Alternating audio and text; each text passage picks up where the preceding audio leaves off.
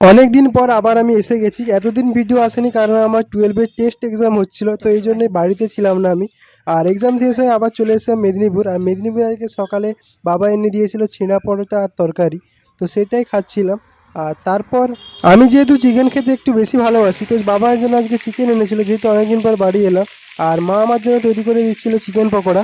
আগে মাংসগুলোকে ভালো করে ভেজে নিচ্ছিল, যাতে ভেতরে কাঁচা না রয়ে যায়।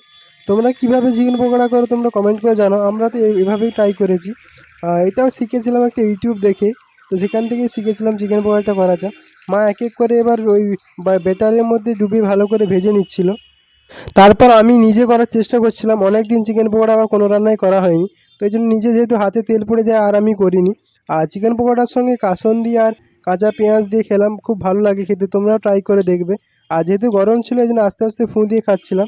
এরকম ভিডিও দেখার জন্য সাবস্ক্রাইব করো আমার চ্যানেলটিকে। দেখা হচ্ছে পরের ভিডিও।